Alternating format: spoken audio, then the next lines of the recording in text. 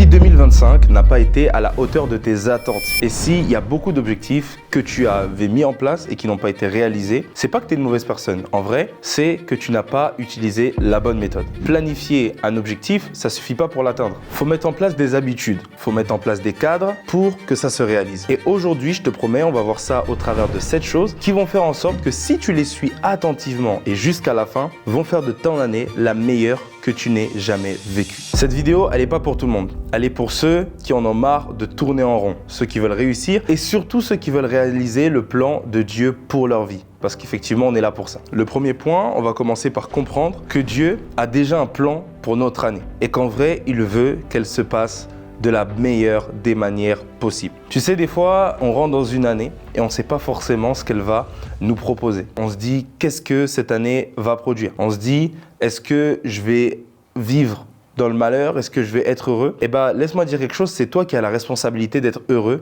en prenant le plan que Dieu il a préparé pour toi et en allant dans cette année avec. Regarde bien quelque chose. Le Seigneur va dire quelque chose dans sa parole. Dans Jérémie 29, verset 11, il dit « Car je connais les projets que j'ai formés sur vous, dit l'Éternel, projets de paix et non de malheur, afin de vous donner un avenir et de l'espérance. » Donc déjà, tu sais, grâce à ce verset, que les projets de Dieu, c'est pas des projets de malheur. Pourquoi ces projets sont de paix et non de malheur? Il donne la raison. C'est pour que tu aies un avenir. Et quand on pense à l'année prochaine, quand on pense à 2026, on pense à 2027, on pense au futur, et ben en fait, on pense à l'avenir. Et donc ici, Dieu dit qu'il a déjà des projets, il a déjà des pensées sur nous, il a déjà un plan sur notre vie, et ce plan-là, il est pour notre paix, pour notre bonheur, pour l'avenir et pour l'espoir. Donc en fait, il y a de l'espoir pour ton année, et j'aimerais juste t'encourager en te disant que Dieu a de l'espoir pour ton année. Vous savez, des fois, beaucoup de gens pensent que quand une maladie les a saisis dans une année, c'est Dieu qui l'a envoyé. Quand des problèmes financiers sont venus dans leur année, c'est Dieu qui a envoyé. Des fois, certains même pensent que certaines relations, Dieu les a envoyées. Quand ces relations tournent mal, on pense et on dit maintenant, non, Dieu, regarde qui tu as amené autour de moi, regarde ce qui s'est passé, regarde quel problème tu as amené, peut-être c'est pour m'apprendre l'humilité. Laissez-moi vous dire que ça, c'est une pensée très religieuse. Et cette pensée-là, elle est totalement fausse. Mon bro, ma sista, je te promets, en vérité, Dieu n'a rien à voir avec l'échec de ta vie. Dieu ne nous a pas fait naître pour échouer.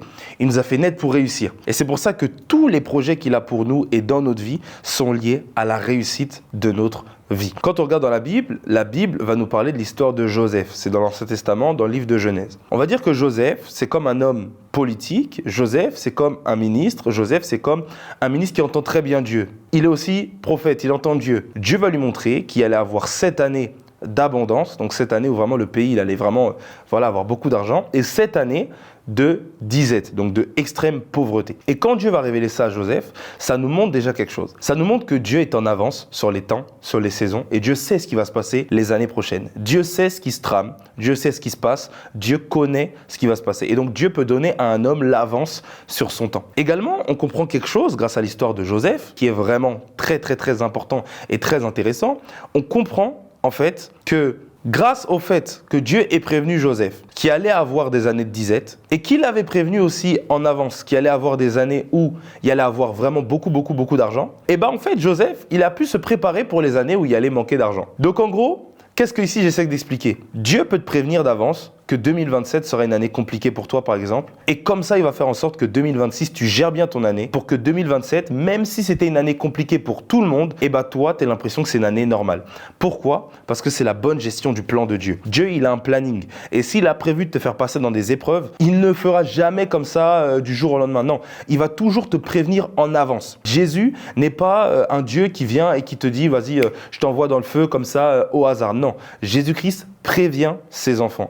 Il prévient des persécutions, il prévient des épreuves, il prévient des tentations, il prévient des tribulations, et c'est à nous d'être assez attentifs avec notre relation avec lui pour faire attention à ce qu'il nous a prévenus. La deuxième chose à faire avant de rentrer dans cette année, c'est faire le bilan de tout ce qui m'a déconcentré durant cette année. Tu sais, il y a beaucoup de choses qui nous déconcentrent. Des fois, on est dans l'illusion d'avoir fait beaucoup, mais c'est totalement faux.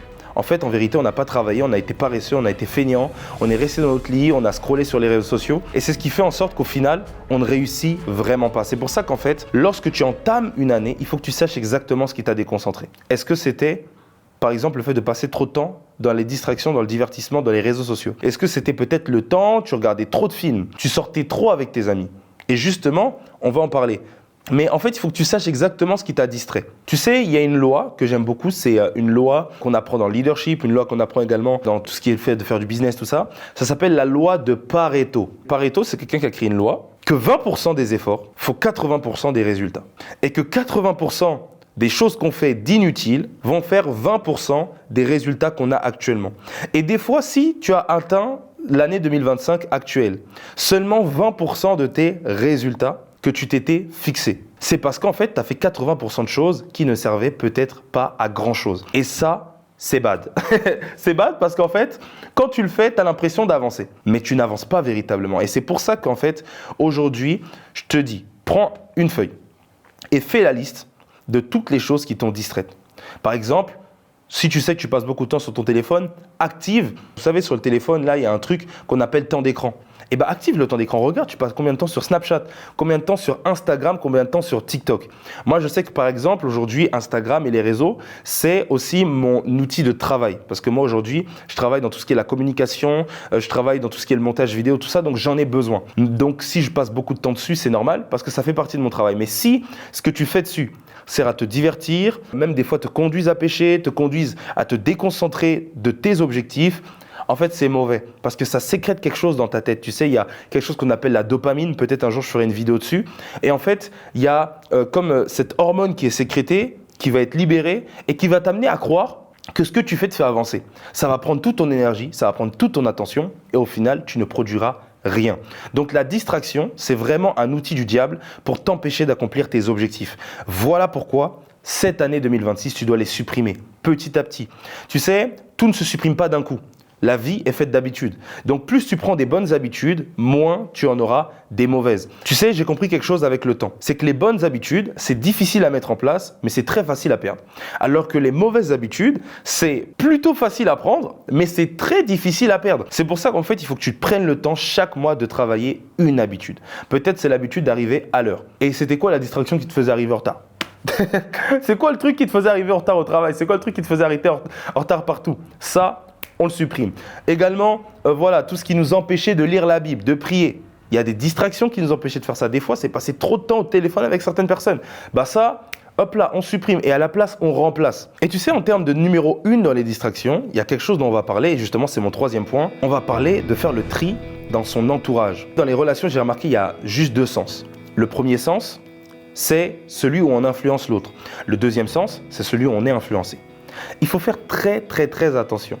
Le Seigneur Jésus va quand même dire, deux amis ne marchent pas ensemble s'ils ne se sont d'abord accordés, deux hommes. Donc c'est-à-dire que quand on est deux personnes et qu'on marche ensemble, normalement, on se ressemble. Et il y a une expression qui va dire qui se ressemble, s'assemble. Ça, c'est pas la parole de Dieu, mais c'est une expression. Quand on dit de qui se ressemble, s'assemble, en fait, c'est pour dire juste que en gros, que quand tu marches avec quelqu'un, ça veut dire que tu es comme lui. C'est-à-dire que tu es comme lui. Donc, avec qui tu marches? C'est une vraie question. Avec qui on marche? Des fois, la raison pour laquelle on a beaucoup ralenti, on a été très distrait, on a perdu beaucoup de temps, c'est à cause de nos fréquentations. Moi, j'aime beaucoup le dire, et je vous le dirai encore, et je répéterai jamais assez sur cette chaîne, on est la somme des 10 personnes que l'on fréquente le plus. Les 10 personnes que côtoie, les 10 personnes qui sont avec nous, en fait, ces personnes-là, si on les additionne, ça fait nous. Quelle est la mentalité de tes amis? Toi, tu es chrétien, tu veux avancer avec Dieu, tu veux prier, tu veux développer ta foi. Toi, tes aspirations, c'est guérir les malades, c'est prêcher la bonne nouvelle autour de toi, c'est témoigner de Jésus-Christ. Tu traînes avec des personnes qui aiment aller en boîte de nuit, tu traînes avec des personnes qui aiment le péché. Moi, je vais vraiment insister sur cette chaîne en disant qu'il y a des gens qui aiment le péché et qu'il faut détester ça en tant que chrétien, tu vois. Le truc, c'est que quand tu traînes avec des personnes comme ça, est-ce que tu penses que tu auras une facilité à vivre une vie de sainteté, une facilité à vivre une vie de consécration avec Dieu? C'est pas possible. Donc, c'est pour ça qu'il faut que tu fasses juste quelque chose, te séparer de ces personnes ou décider d'être leur influenceur. Oui. Moi, je sais qu'il y avait des personnes, c'était mes amis, c'était mes potes, aujourd'hui, c'est mes best friends. C'est des personnes avec qui on a fait les 400 coups. On a fait vraiment des histoires et des trucs farfelus, je te promets. Quand je me suis converti, je me suis dit, je ne devais pas garder ça pour moi-même. Et quand je me suis dit que je ne devais pas garder ça pour moi-même, tu sais ce que j'ai fait? C'est que j'ai décidé de devenir leur influenceur. Avant, on s'influençait dans des mauvaises choses. Maintenant, je les ai influencés avec la parole de Dieu. Donc, témoigne juste à ces personnes, dis-leur ce que tu veux faire, parle-leur de ton objectif. Mais laisse-moi te dire que tu dois être capable de te séparer des personnes qui ne sont pas là pour que tu puisses avancer. Ça va te faire mal, ça va être triste, mais écoute, c'est pas grave. Vaut mieux que tu sois triste aujourd'hui, que tu puisses faire 10 ans avec les mêmes fréquentations et que dans 10 ans, tu te rends compte que tu aurais dû te séparer d'eux plus tôt. Il y a des personnes qui ne changeront jamais.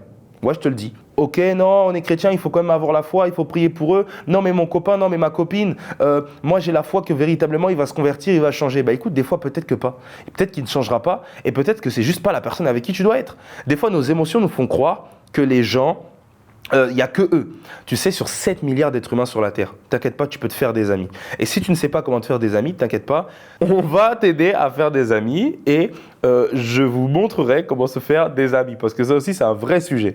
Mais le truc, c'est qu'il y a des gens qui sont des mauvaises amitiés. Et les mauvaises amitiés, on les coupe. Je t'ai coupé, ok ? Il faut les casser.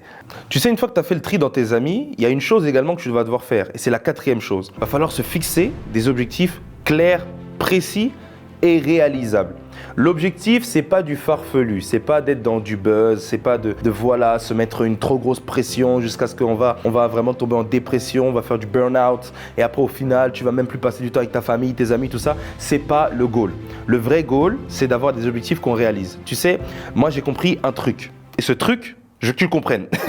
Le truc que j'ai compris, c'est que plus on se fixe de courts objectifs qu'on va atteindre, plus ça va nous donner une impression, et même pas une impression, mais ça va donner une joie de l'atteindre et de réussir. Au début de notre vie chrétienne, le premier objectif qu'on a, c'est prier 10 minutes. Au début de notre vie chrétienne, peut-être le premier objectif qu'on a, c'est juste de finir un chapitre de la Bible. Et quand tu réussis ça, eh ben, tu te sens avec un sentiment tellement de plénitude, un sentiment d'accomplissement qui te motive à faire plus. Et très souvent, c'est là où après, maintenant, tu vas dire, je vais finir un livre de la Bible.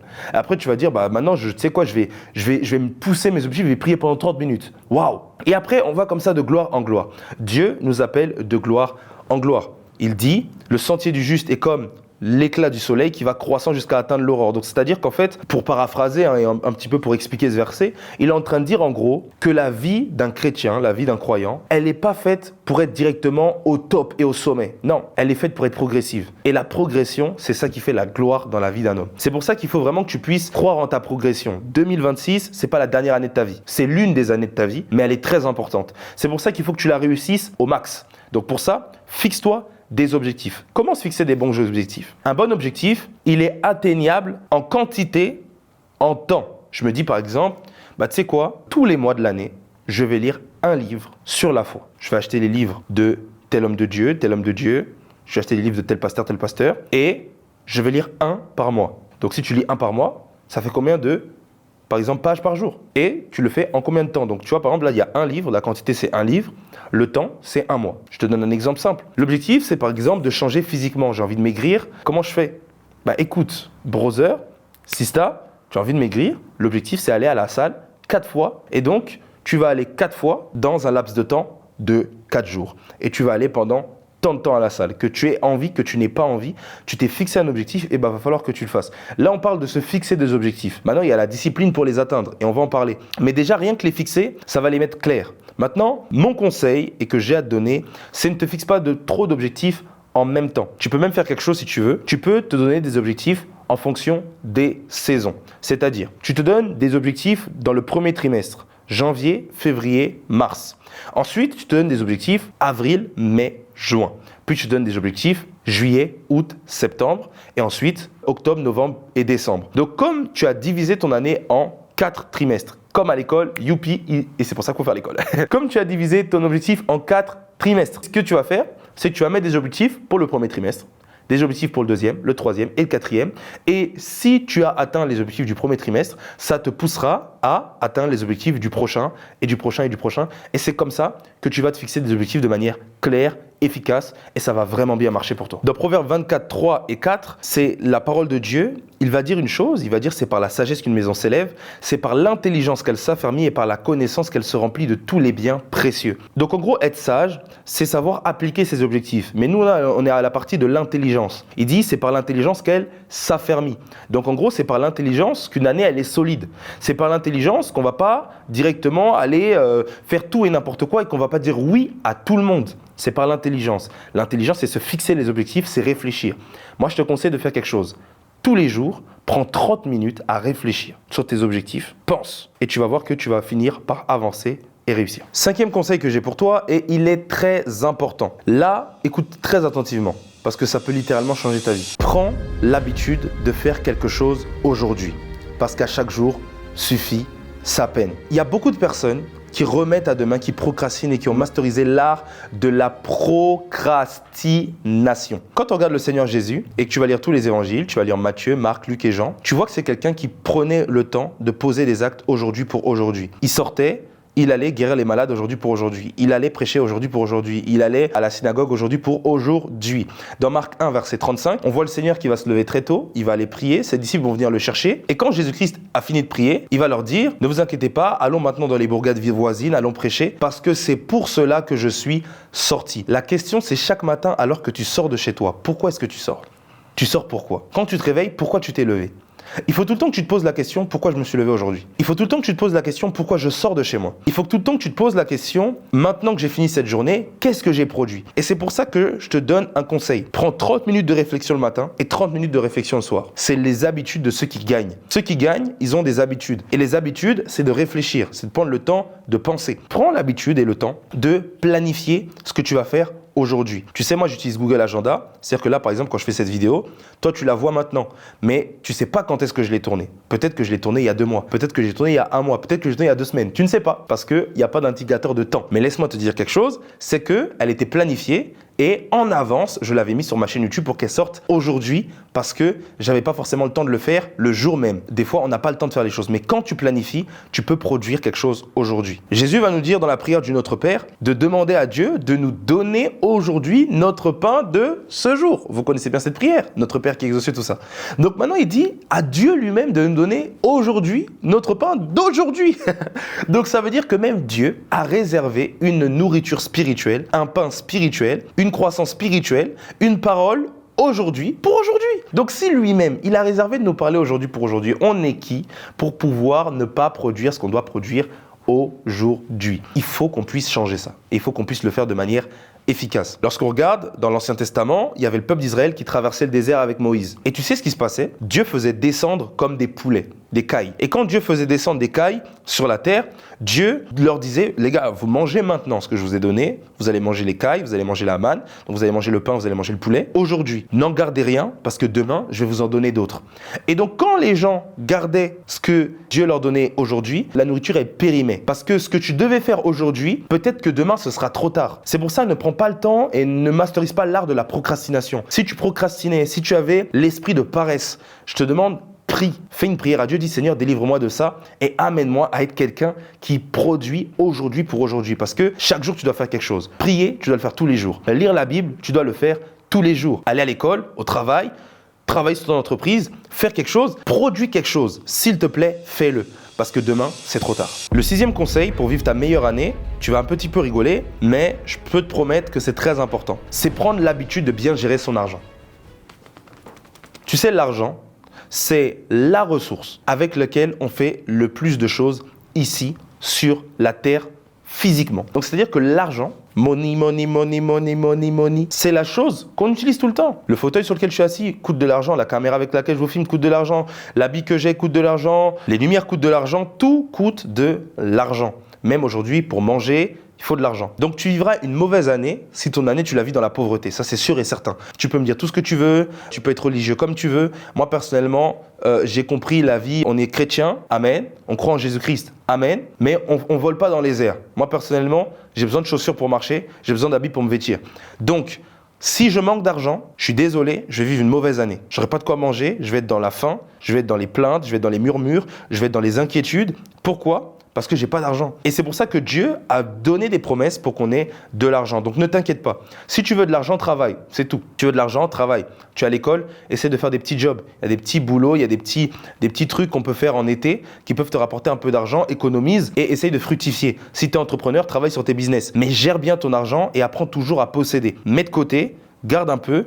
Et tu verras que par exemple, quand ce sera les fêtes, le moment de fêter les anniversaires, Noël de l'année prochaine, là où cette année tu n'avais donné aucun cadeau à tes parents, aucun cadeau à ta famille, bah l'année prochaine, tu auras de quoi leur donner des cadeaux. Pourquoi? Tu auras bien géré ton argent. Et c'est important alors de le faire. Et on apprend ça dès qu'on est jeune, pas demain. aujourd'hui. Et finalement, la dernière chose, mais pour moi qui est la plus importante pour réussir son année et faire de cette année la meilleure pour toi et que 2026 puisse véritablement dépasser les records, c'est de bien apprendre à prioriser les choses. Apprendre à donner la priorité aux bonnes choses et non aux mauvaises peut vraiment tout changer. On va dire que c'est game changer. Beaucoup de gens donnent la priorité à tout ce qui est matériel. Beaucoup de gens donnent la priorité aux relations. C'est très bien, mais déjà il faut comprendre qu'il y a une relation à qui il faut donner la priorité, c'est la relation avec Dieu. Prenons l'exemple de quelqu'un qui vit toute son année en étant malade, alité, sur un lit d'hôpital et qui ne peut rien faire. Il vivra la pire année, elle va être très très lente pour lui et elle va pas être très productive parce que toute son année, il était à l'hôpital. Laisse-moi te dire, t'as pas besoin d'avoir une maladie physique pour être malade. Le péché est une maladie spirituelle qui fait en sorte que chaque être humain, même s'il est bien portant physiquement, même s'il est bien, il a plein de richesses, tout ça, écoute, il est malade au fond de lui. Donc donner la priorité à Dieu, c'est donner la priorité à la purification de notre être. Purifier notre être, c'est purifier nos pensées, c'est purifier notre manière de vivre, c'est purifier nos émotions, c'est purifier nos relations, c'est purifier tout ce qu'on fait. Et c'est pour ça que c'est important qu'on puisse garder cette relation avec Dieu, avec la parole de Dieu, garder cette relation de sainteté, de pureté qui nous amène à être une bonne personne. Le but, c'est d'être un bon individu. Le but, c'est d'être quelqu'un qui fait du bien autour de soi. Tu sais, le péché, ça nous amène à pécher contre les autres. Pécher contre Dieu et pécher contre soi-même. Et il y a des choses qui nous font mal. Il y a des émotions toxiques qu'on a à cause de ces choses. La peur, la tristesse, tout ça, c'est venu à cause de ce mal-être. Et c'est pour ça qu'il faut que tu donnes la priorité à ta spiritualité. Spirituellement, honnêtement, tu vas comment? Sois honnête. Si tu vas pas bien, repens-toi, retourne à Dieu, passe le temps à prier, passe le temps à lui demander de grandir. Lis la Bible, prie, fais des choses qui vont t'amener vraiment à grandir avec Dieu parce que c'est ça le plus important. Si spirituellement tu vas bien, tu as déjà commencé à prospérer. Il y a des gens qui parlent de l'évangile de prospérité, ils vont dire que oui, c'est du bullshit, c'est vraiment des fake trucs, tout ça. Mais laisse-moi dire que le vrai évangile de prospérité, ça commence pas quand on parle d'argent, ça commence quand on parle de la relation avec Dieu et de l'épanouissement personnel dans sa présence. C'est pour ça que donne la priorité à Dieu. Le matin, la première chose que tu fais, ça doit être lui. Le soir, la dernière chose que tu fais, ça doit être lui.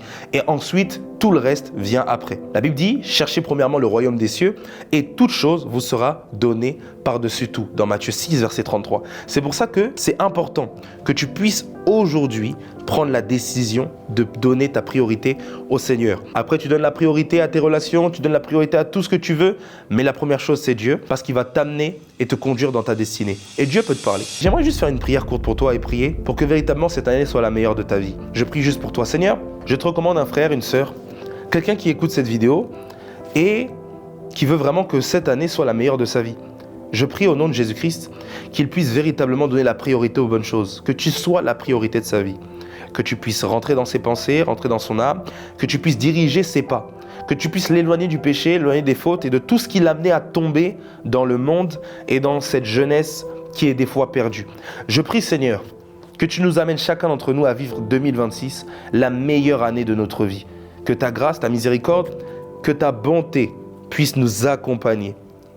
Que notre relation avec toi grandisse, que nous puissions évoluer. Au nom de Jésus-Christ. Merci Seigneur Jésus. Amen. En tout cas, j'espère que cette vidéo t'a plu et n'hésite pas à aller directement regarder la prochaine qui pourra t'aider à poser une pierre de plus pour 2026.